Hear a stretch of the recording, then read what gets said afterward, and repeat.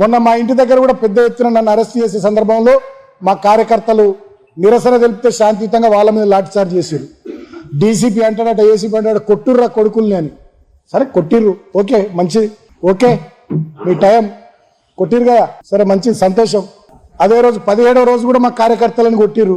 18వ రోజు ఇక్కడ కొట్టిర్రు. తర్వాత నన్ను హాస్పిటల్ నుండి టెస్టులు చేయించి కోర్టుకు తీసుకుపోయే క్రమంలో మా కార్యకర్తలు అక్కడ నన్ను చూస్తానికి వస్తే అక్కడ లాఠీ చార్జ్ చేసి రైబీ చౌరస్తాలో, కోర్టు దగ్గర కూడా అత్యుత్సాహంతో నన్ను జైలుకు తీసుకొని పోయేటప్పుడు అప్పుడు కూడా మా కార్యకర్తల మీద లాఠీ చార్జ్ చేసిర్రు. సరే ఓకే సంతోషం, బాగా కొట్టిర్రు, బాగా కొడుతుర్రు, బాగా ఇబ్బందులు పెడుతుర్రు మమ్మల్ని.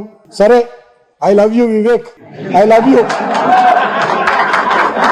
ఐ లవ్ యూ వివేక్, చాలా ఇబ్బంది పెడుతున్నావు, సంతోషం, ఓకే నో ప్రాబ్లం.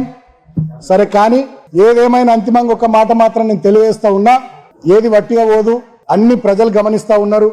ఇవాళ మేమేందో మీరేందో ప్రజల ముందే అన్ని ప్రజాక్షేత్రంలో ఉన్నాయి. మేము ఎట్లా ప్రవర్తిస్తున్నాం, మీరు ఎట్లా ప్రవర్తిస్తున్నారో రాష్ట్ర ప్రజలు చూస్తూ ఉన్నారు, కేతన్పల్లి మున్సిపాలిటీ ప్రజలు చూస్తూ ఉన్నారు. అంతిమంగా ప్రజాస్వామ్యంలో ప్రజలు గొప్పోళ్ళు. ప్రజలు ఇక్కడ తీర్పు ఇచ్చిర్రు ఆల్రెడీ ఎన్నికకు సంబంధించి.